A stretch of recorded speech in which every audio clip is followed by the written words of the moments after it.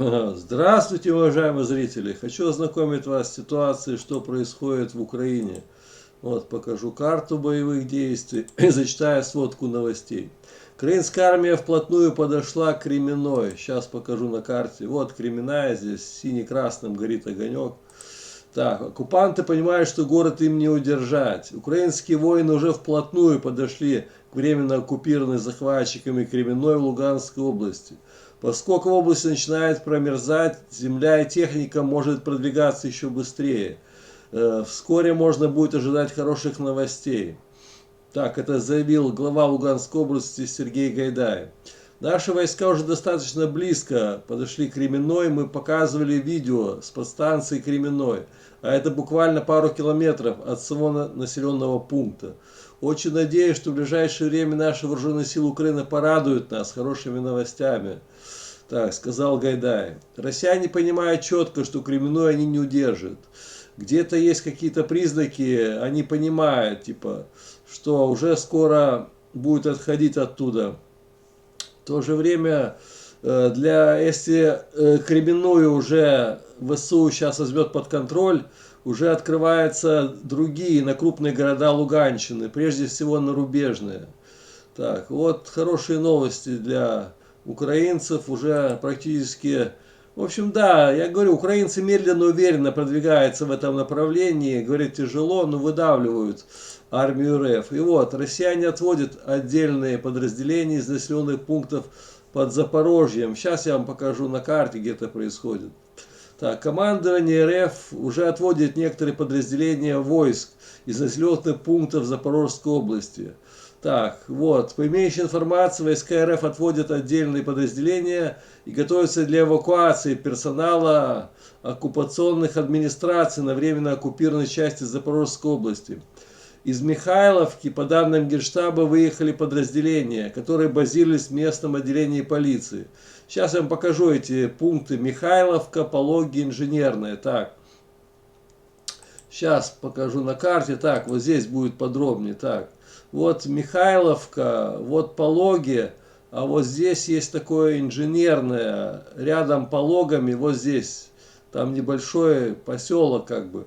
В общем, по этой линии, сейчас карту придвину, так, получается, что да, все-таки, наверное, да, если Пологи оставят Михайловку, ну странно, что Михайловку уже оставляет, Васильевка должна была первой идти, как бы сказать, под раздачу попасть. Но видно, уже их расстреливают артиллерией, они понимают, нет смысла там на этой линии оставаться. Да, начали на артиллерийские хаймерсами, эти дальнобойные 155 миллиметровыми, и они понимают, что надо уходить дальше. Мариуполь, Мелитополь, в общем. И из Токмака тоже, думаю, будет уходить вся эта линия под обстрелом. Ну, вот такая информация, да. Так, они оставляют, да, еще я говорил, Пологи, Инженерная. Оккупанты выезжают из домов, где были расквартированы, вывозят на мародеренное имущество. В Бурчаке оккупанты проводят перепись для планируемой эвакуации населения. В общем, вот, по чуть-чуть ВСУ все-таки выдавливают Запорожье. Армия РФ ослабела из-за нехватки ключевых дронов. Да, эти Орланы 10 у них были, и они практически закончились. Без этих Орланов 10 россиянам сложно отбиваться от ВСУ. В России начался дефицит отечественных беспилотников Орлан-10, которые отражаются на боеспособности российской армии. Они, эти беспилотники, используют для разведки, наблюдения, корректировки огня, иногда даже для радиоэлектронной борьбы. Эта модель считается одной из самых массовых в России и глазами российской армии, поскольку передают изображение на расстоянии даже до 120 километров, позволяет корректировать огонь артиллерии. Но последние данные свидетельствуют о том, что у РФ заканчиваются такие дроны, а производство не покрывает потери. Ну да, сейчас, видите, нет дронов, все, нету разведки, нету артиллерии, не может работать. Все сбили практически ВСУ у них дроны.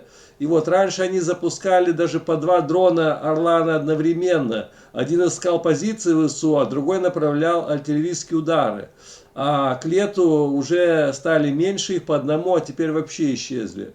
Понимаете, когда нету дронов, сейчас война дронов, беспилотников идет. Если сейчас уже армии РФ не будет дронов, вообще и шахидов, вот всех этих, любой модификации, они проигрывают войну.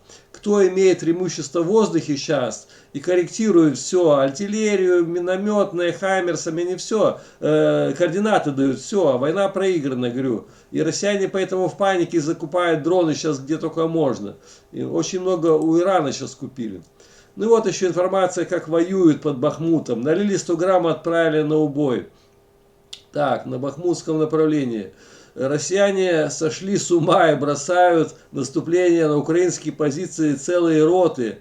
Дважды, трижды в день.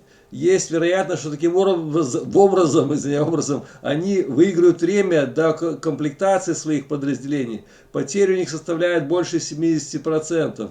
Почти 2 недели они беспощадно, не жалея сил, ни средств, выпускают по нам огромное количество артиллерийских снарядов. Так, и они как бы сошли с ума, они просто ротами отправляют наступление людей, которые привезли в зону боевых действий. Вывезли на позиции, там дали оружие, налили 100 грамм и вперед на баррикады. Они идут, эти российские мобики, их там убивают. Это так происходит 2-3 раза в день. Это какое-то безумие. Возможно, они решили таким образом натренировать. Наши ребята оттачивают там свои навыки стрелкового боя. В общем, понимаете, никто не понимает, что там происходит. Особенно вот этот, сейчас покажу, где Бахмут несчастный. Это как утилизация зэков, я вам скажу, происходит. Путин специально дал приказ Пригожину зэков всех, которые сидят в тюрьмах, собрать и отправить сюда на убой. Их там прямо вот кидают под Бахмут, они там, понимаете, все и ложатся. Как сказать, смертью храбрых, все поля усеяны, говорю. Я уже роликов несколько видел там и дал вам ссылки, что прямо вот все лежат в окопах, там серая зона называемая, их никто не убирает. Они, говорю, все, и родные не узнают, где они, что с ними, потому что их вообще не собирается никто туда забирать. В общем, 20 тысяч зэков там минимум уже будет утилизировано, если не больше. Такая информация. Ну вот еще... Накрывали с градов свои же, выбрался только я. В общем, тут один человек, российский оккупант, он вон написал заявление такое, что в прокуратуру, что специально их бросили на убой. Сейчас зачитаю, что здесь пишут. Так, Носов требует, этот мобик, привлечь офицеров к уголовной ответственности за превышение должностных полномочий, похищение, лишение свободы и незаконное удержание. Потом его посадили в подвал, удерживали, как этого, отказался воевать. Он воевал рядом с селом Староверовка Харьковской области. Нас заводили на 2 суток в окопы, чтобы следить за приступами. Ну, когда ВСУ атакуют, они как бы сидели в окопах и ждали с автоматами, чтобы враг не подошел.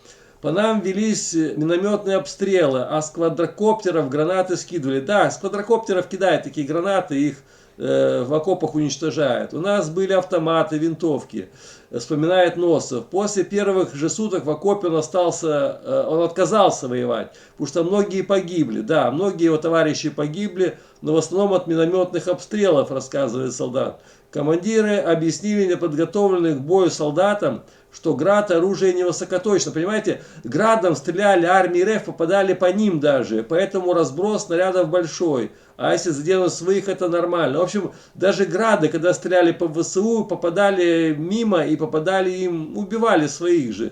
И вот теперь уже 13 сослуживцев написали рапорт об отказе от службы. Их отвезли в подвал, удержали вблизи села Федоровка.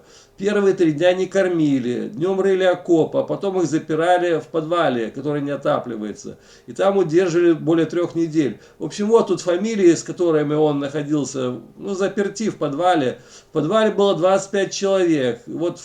И, в общем, он выпустили, кое-как он заболел, его отвезли в больницу, он сейчас находится на лечении в Москве. Один выбрался, в общем, живой, написал заявление адвокату, чтобы, ну, преступление совершили как бы против него командира, направили на убой. Ничего там не докажешь, там все, Путин подтвердил, всех на убой, и мобиков, и зэков. В общем, вон он тут написал целую петицию, заявление, мол, что людей убивают, ни за что поставляют, даже свои стреляют градами. В общем, это уже там принято так на войне. на этой, там беззакония вообще, ни правил, ни учет там никаких нет.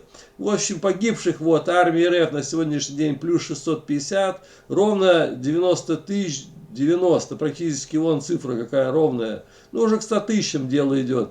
Танк 1 подбили, БТР БМП плюс 6. Так, беспилотники посмотрим, есть плюс 2, опять, наверное, Орлан или Шахедов запустили. В общем, вот такие, и даже еще, смотрите, один вертолет сбили еще, да.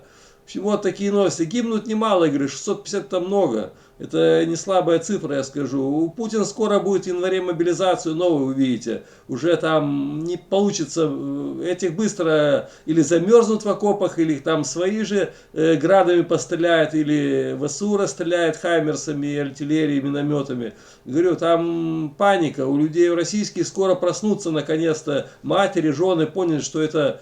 Ну, убийство просто, ну, узаконенное убийство, как бы сказать, русского населения, просто России. Уничтожение лучшего генофонда от 18 до 50 лет.